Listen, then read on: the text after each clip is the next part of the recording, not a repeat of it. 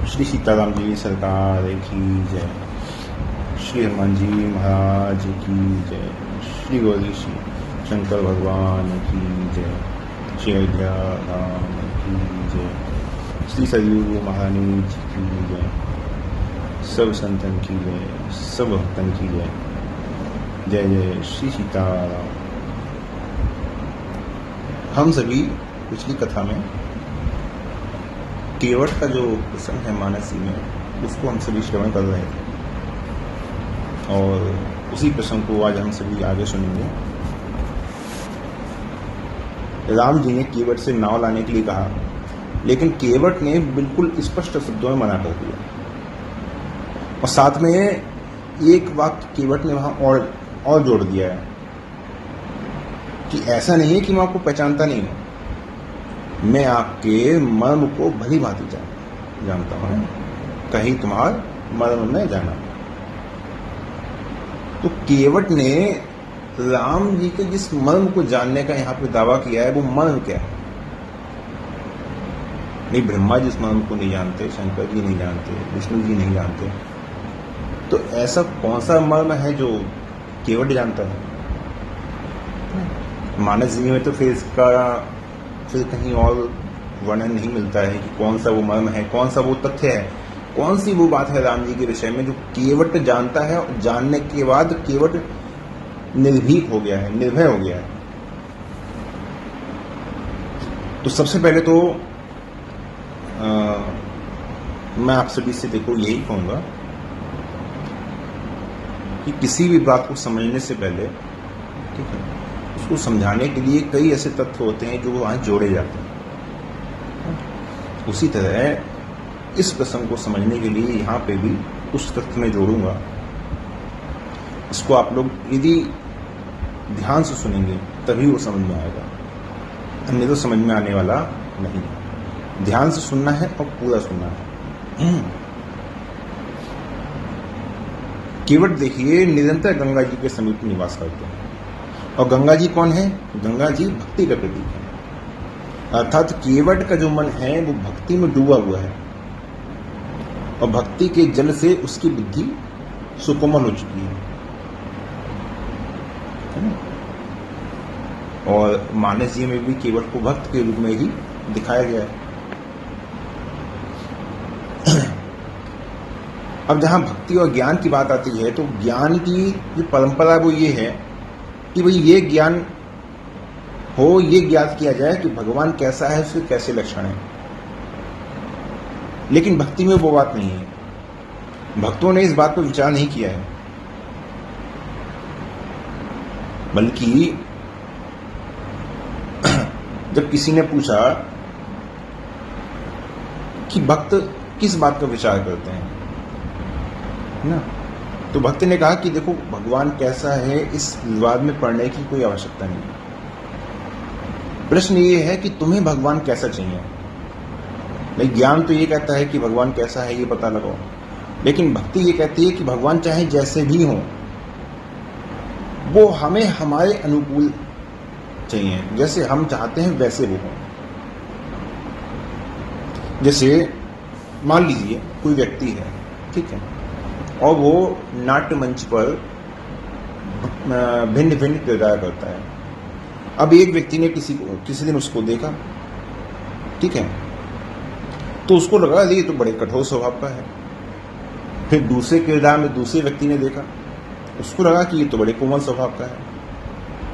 अब दोनों अलग हैं और दोनों अलग अलग समय पे देखा है, तो उस व्यक्ति के लिए दोनों की अलग अलग धारणा हो गई। एक सोचता है कठोर है, एक सोचता है कोमल है ना। अब जितने देखने वाले हैं उन सबकी दृष्टि के अनुसार स्वरूप बदल जाएगा, ठीक है। अब एक दिन उन दोनों ने उस व्यक्ति को पूछ लिया कि भाई ये बताओ तुम कोमल हो कि कठोर हो? तो उसने कहा कि आपने मुझे जिस नाटक में देखा है मैं उसके अनुसार ही हो जाता हूं। यदि आपने मुझे कुछ ऐसे अभिनय में देखा है जहां कोमलता प्रमुख है तो मैं कोमल हूं, और कहीं आपने ऐसे अभिनय में देखा है जहां कठोरता का आश्रय है तो वहां मैं कठोर हूं। भाई जिस नाटक में जिस पात्र के रूप में मुझे अभिनय के लिए कहा गया मैं उसको पूरा करता हूं। अब वही भक्त का क्या प्रश्न है कि भाई भगवान कैसा है, ठीक है। तो गोस्वामी जी ने इसका समाधान भी महाराज जी में कर दिया कि निराकार साकार सांवला है, गोरा है, राम जी हैं, कृष्ण जी हैं, है ना, ये काली माता है या कोई और देवता है, ये हम किसको स्वीकार करें। तो गोस्वामी जी ने उत्तरकांड में गोस्वामी जी एक सूत्र लिखते हैं कि जथा अनेक वेश धरी नित्य करई नट कोई। जैसे कोई अभिनेता है तो वो अलग अलग नाटक में अलग अलग पात्रों का अभिनय करता है ना, उसी प्रकार से भगवान भी अलग अलग रूप में दिखाई देते हैं। जैसे गोस्वामी जी के साथ जो वृंदावन में घटना हुई, जब गोस्वामी जी ने दर्शन किया तो गोस्वामी जी ने क्या कहा कि नहीं, ऐसे प्रणाम नहीं करूंगा, पहले आप धनुष बाण धारण कीजिए तब प्रणाम करूंगा। तो उन्होंने धनुष बाण धारण कर लिया। अब यही उल्टी घटना हुई बिल्व मंगल जी के साथ। वो राम जी के विग्रह के सामने गए, उन्होंने कहा नहीं मैं ऐसे प्रणाम नहीं करूंगा, आप वंशी धारण कीजिए, तब धनुष बाण अदृश्य हो गया। ठीक है, तो ये हमारे अंतःकरण की आवश्यकता है, ये हमारे अंतःकरण की वृत्ति पर निर्भर करता है कि हमें कैसा ईश्वर चाहिए, भगवान हमें कैसे चाहिए। ठीक है, हनुमान जी और राम जी का जब मिलन हुआ है तो वहां पे भगवान का क्या लक्षण है ना, भगवान का क्या लक्षण है, इसके देखिए अलग अलग मत सबने कहे हैं। सुग्रीव जी ने जब दूर से राम जी को देखा, लक्ष्मण जी को आते हुए देखा, तो उनके मन में एक भ्रम हो गया कि हो ना हो बाली ने मेरा वध करने के लिए इन दोनों राजकुमारों को यहां भेजा है ना। अब सुग्रीव की दृष्टि से देखा जाए तो वो तो ये देख रहे हैं कि इन्होंने, हो सकता है मेरा वध करने के लिए बाली ने इन्हें भेजा हो, लेकिन सुग्रीव के चरित्र में एक अच्छा जो पक्ष है वो ये है कि अंतःकरण में तो भ्रम उत्पन्न हुआ, लेकिन उन्होंने इसको सत्य नहीं माना। मन में तो भ्रम आया लेकिन सत्य की पहले पड़ताल करी। उन्होंने हनुमान जी की ओर देखा और हनुमान जी से कहा कि आप ब्राह्मण का वेश बना के जाइए और पता लगाइए कि ये कौन है, और पता लगने के बाद यदि ये बात सत्य सिद्ध हो जाती है तो मुझे संकेत कर देना।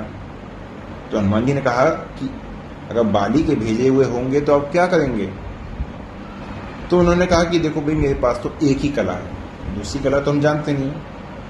पठे बाली हो ही मन मैला और भागो तुरंत तजो यह सहला। हमने तो भागना सीखा है जीवन में, मैं तो इसी कला को जानता हूं, तो मैं यहां से भी भाग जाऊंगा।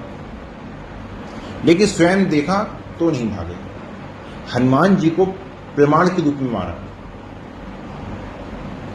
और जब हनुमान जी पहुंचे हैं राम जी के पास तो वहां पे बड़ा सुंदर दोनों के लिए संवाद हुआ है। ये पहली बार भक्त और भगवान की भेंट हुई तो हनुमान जी ने ब्राह्मण का वेश बनाया था, और वेश बनाकर जैसे ही राम जी के सामने आए तो हनुमान जी ने बढ़िया कार्य ये किया कि आते ही आते राम जी को प्रणाम कर लिया। अब हनुमान जी ने जब राम जी को प्रणाम किया तो राम जी के होंठों पर व्यंग्य की हंसी आ गई। बाद में जब एकांत में हनुमान जी और राम जी का वार्तालाप हुआ तो हनुमान जी ने राम जी से कहा कि प्रभु, पहले दर्शन में मैंने जब आपको प्रणाम किया था तो आपके होठों पर कुछ हंसी आ गई थी, उसके पीछे क्या रहस्य है। तो राम जी ने मुस्कुरा कर कहा कि देखो हनुमान, तुमने नाटक तो बड़ा अच्छा किया, तुमने वेश बड़ा अच्छा बनाया, लेकिन तुम्हारे वेश में एक कमी रह गई। उस कमी को देखा तो हंसी आ गई। तो हनुमान जी ने कहा कि प्रभु क्या। तो राम जी ने कहा कि देखो, ब्राह्मण का वेश बनाकर तो तुम आए थे, नाटक में आए तो नाटक में तो अच्छा ये होता कि जो वेश बनाकर आए हो उस पर निर्भर करो। मैं क्षत्रिय के रूप में था, तुम ब्राह्मण के रूप में थे, तो तुम मेरे सामने आते, चुपचाप खड़े हो जाते और ये सोचते कि पहले मैं प्रणाम करूं, क्योंकि मैं क्षत्रिय हूं, तुम ब्राह्मण के रूप में आए थे। भाई तब तो नाटक ठीक था, लेकिन तुमने प्रणाम कर लिया, तो इसका अर्थ यह है कि तुम वास्तविक ब्राह्मण नहीं, तुम वेश बना के आए हो। तो हनुमान जी ने राम जी के चरणों को पकड़ लिया और चरणों को पकड़ के कहने लगे कि प्रभु एक बात मैं आपसे कहना चाहता हूं। तो राम जी ने कहा कहो। तो हनुमान जी महाराज ने कहा कि प्रभु देखो, नाटक तो दोनों ने किया, यदि असफल है तो दोनों हैं, और यदि असफल नहीं है तो दोनों सफल है, दोनों अपनी जगह ठीक है। राम जी ने कहा कैसे? तो हनुमान जी ने कहा कि प्रभु ये तो आप कहते हो ना, ये तो आपका कहना है कि मैं वास्तविक ब्राह्मण होता तो आपको प्रणाम नहीं करता। तो प्रभु मैं वही तो कहता हूं कि यदि आप भी वास्तविक क्षत्रिय होते तो आप स्वयं प्रणाम कर लेते, आपने भी तो प्रणाम नहीं किया। आप तो बड़े मर्यादावादी हैं ना। इसका मतलब है हम दोनों ही अपने स्थान पर ठीक थे। देखिए, आप अपने को क्षत्रिय मानते तो जरूर प्रणाम करते, नहीं मुझसे भूल हुई तो क्या, कोई बात नहीं, मुझसे मर्यादा का पालन नहीं हुआ तो क्या हुआ, लेकिन आप तो निश्चित रूप से मर्यादा का पालन करते। तो इसका अर्थ है कि प्रभु अगर नकली थे तो दोनों ही थे, मैं नकली ब्राह्मण और आप नकली क्षत्रिय। तो वहां पे हनुमान जी ने राम जी को एक व्यंग भी कसाया वहां पे, को तुम श्यामल गौर शरीरा, क्षत्रिय रूप फिरहु बन बीरा। क्षत्रिय रूप पे हनुमान जी ने कहा कि महाराज मुझे तो लगता है कि आपने क्षत्रिय का रूप ही बनाया है, लेकिन आप हो कोई और। को तुम श्यामल गौर शरीरा, आप कौन हो? इस क्षत्रिय रूप को बनाकर कहां घूम रहे हो? क्षत्रिय रूप फिरहु बन बीरा। नहीं तो हनुमान जी कहते थे कि राजकुमार, और उन्होंने कहा कि देखो भाई दिखाई तो देते हैं क्षत्रिय रूप, लेकिन आप क्षत्रिय हैं नहीं, तो इसलिए आपका हमारा जो नाटक है वो बिल्कुल ठीक है। ना तो आपके नाटक में कोई भूल है, ना मेरे नाटक में कोई भूल है। और प्रभु आप कह रहे हैं कि ब्राह्मण की बात, तो ये बताइए ब्राह्मण की परिभाषा किसी शास्त्र में क्या लिखी गई है? जो किसी को प्रणाम करे वो ब्राह्मण है, ऐसी परिभाषा तो नहीं लिखी गई है। ब्राह्मण की परिभाषा क्या है? ब्रह्म जानाति सा ब्राह्मण, जो ब्रह्म को जान ले वो ब्राह्मण है। तो हनुमान जी ने कहा कि प्रभु जब मैंने आपको प्रणाम किया तो क्षत्रिय समझ कर किया कि ब्रह्म समझ के किया? और अगर ब्रह्म समझ के किया तो फिर मैं पक्का ब्राह्मण हुआ, क्योंकि मैंने आपको पहचान लिया। और उस समय आपने जो व्यवहार किया वो आपने अपने आप को ईश्वर मानकर किया, क्षत्रिय मानकर नहीं, क्योंकि आपने मुझे ब्राह्मण के रूप में नहीं देखा ना, देखते तो प्रणाम करते। बाहर रूप से तो मैं ब्राह्मण जैसा था। तो हनुमान जी ने तो प्रणाम किया, लेकिन राम जी ने प्रत्यक्ष में प्रणाम भी नहीं किया और आशीर्वाद भी नहीं दिया, है ना। आशीर्वाद भी राम जी हनुमान जी को बाद में देते हैं। तो हनुमान जी ने कहा कि प्रभु देखो, आप तो ईश्वर तत्व में स्थित थे, और मैं सच्चे अर्थों में जो ब्राह्मण तत्व है उसकी जो परिभाषा है कि आपको जान लेना, मैं उस दृष्टि में, है ना, मैं वहां स्थित था।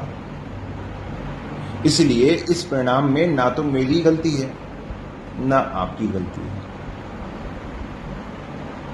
है ना। अगर क्षत्रिय की दृष्टि से देखेंगे तो नाटक में भूल है, लेकिन ईश्वर की दृष्टि से देखेंगे तो मैं और आप दोनों अपनी जगह ठीक हैं।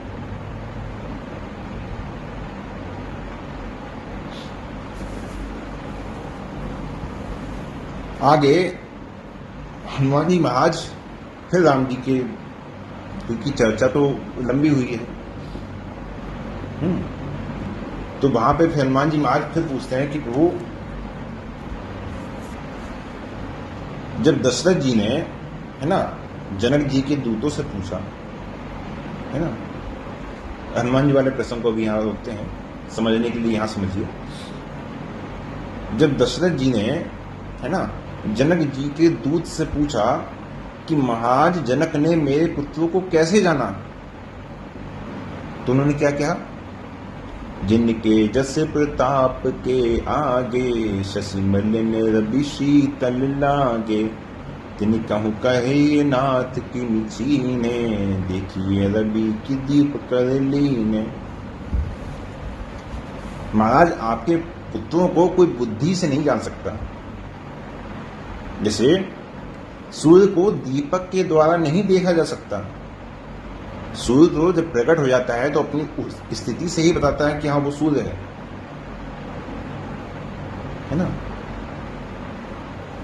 सूर्य को यदि आप ढूंढने जाएं, जैसे रात है, रात में आपने कहीं जाना है तो आपने दीपक जला लिया, ठीक है। अब आपको सूर्य को ढूंढना है तो आप सूर्य को दीपक लेके तो नहीं ढूंढेंगे। क्यों? क्योंकि जो सूर्य है वो अपने प्रकाश से ही अपना बोध करवा देता है। तो बुद्धि क्या है? दीपक का स्वरूप है। तो बुद्धि से तो आपके पुत्र जाने नहीं जा सकते, दीपक लेके आपके पुत्र जाने नहीं जा सकते। हाँ, उनका अपना जो तेज है वो तेज ही बताता है कि वो आपके पुत्र हैं। जिनके जस प्रताप के आगे, शशि मलिन रवि शीतल लागे।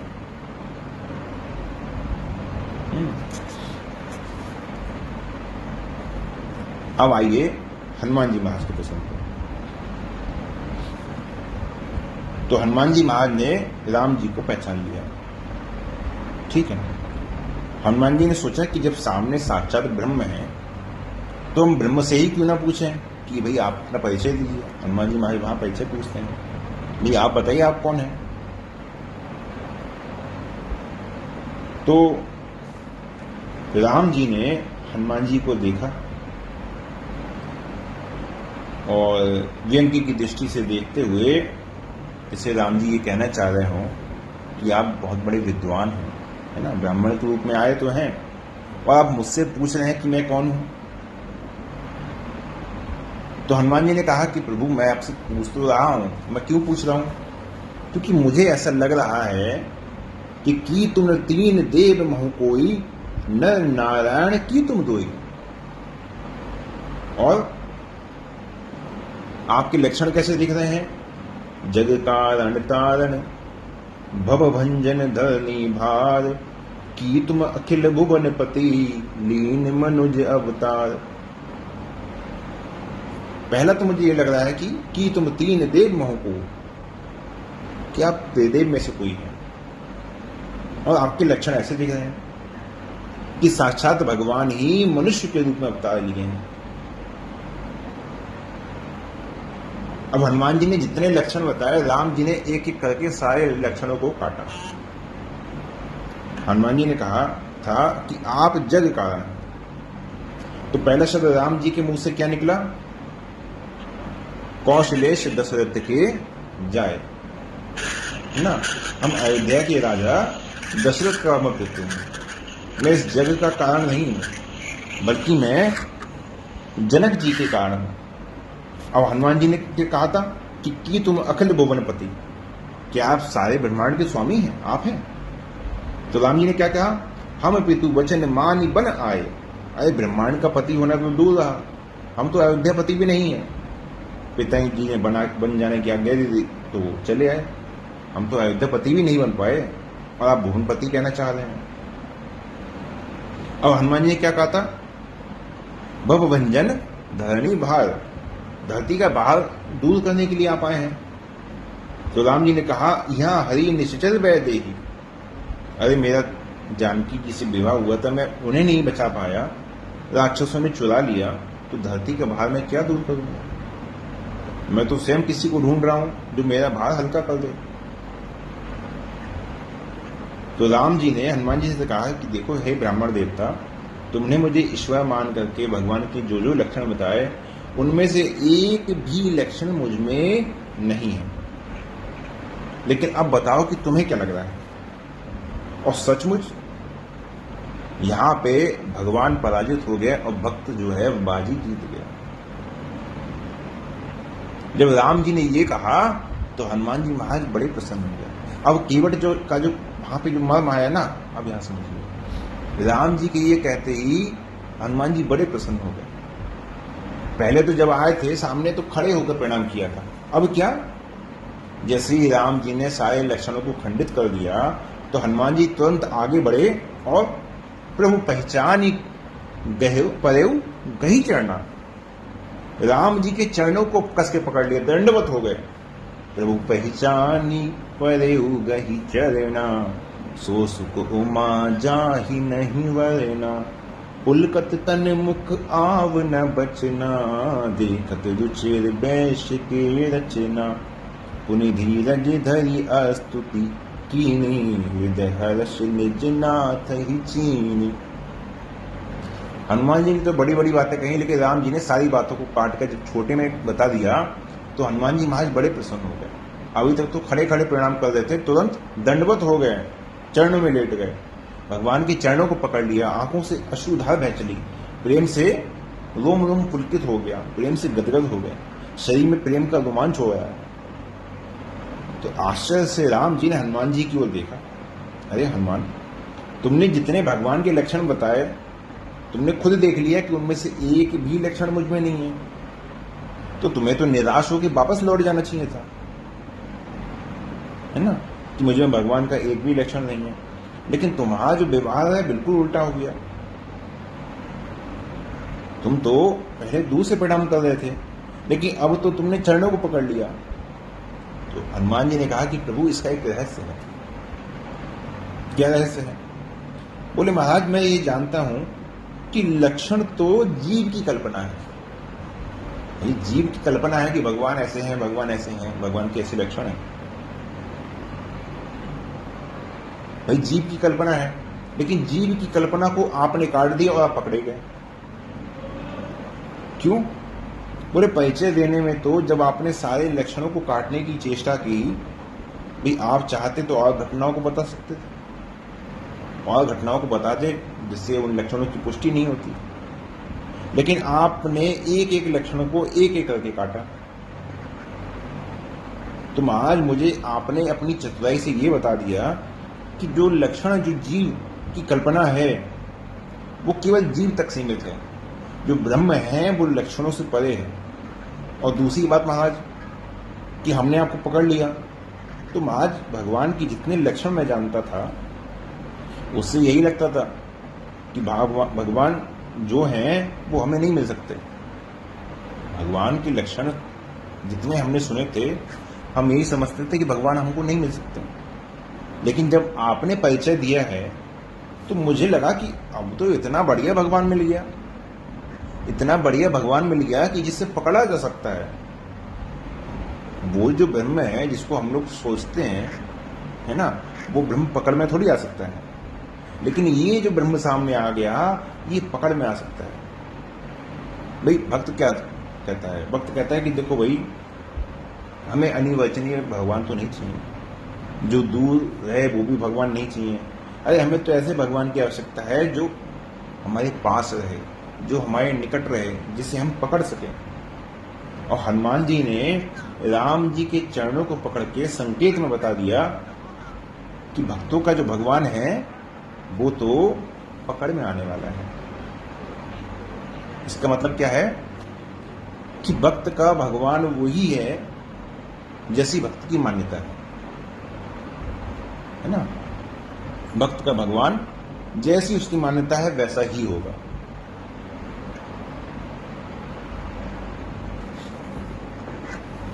जैसे कोई वृक्ष है, उस वृक्ष के विषय में ये विवाद होने लगा कि भाई ये आम का है, अमरूद का है, संतरे का है कि केले का है।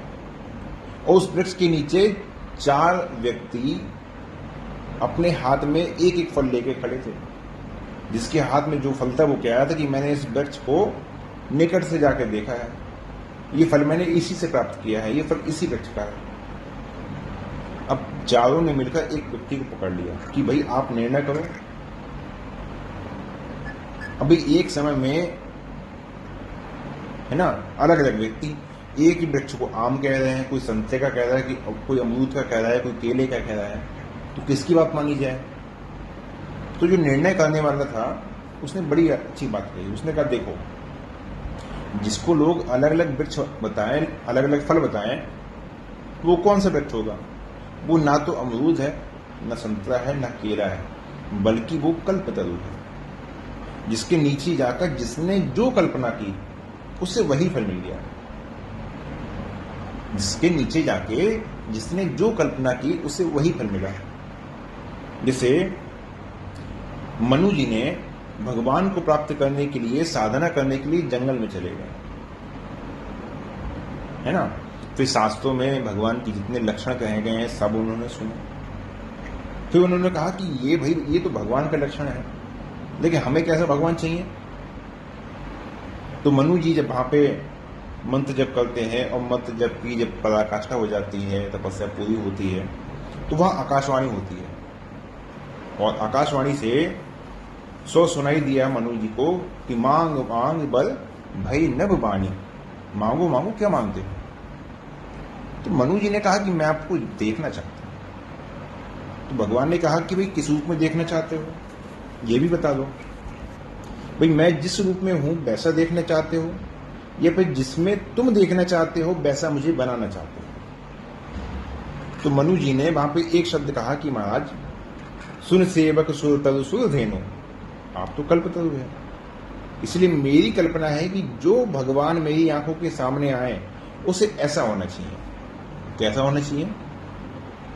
जो स्वरूप बस शिव मन माही, जिहि कारण मुनि जतन कराही। जो भुषुंडी मन मानस हंसा, सगुन अगुन जेहि निगम प्रशंसा। देखहि हम स्वरूप भरि लोचन, कृपा करहु प्रणता रति मोचन। और आगे क्या?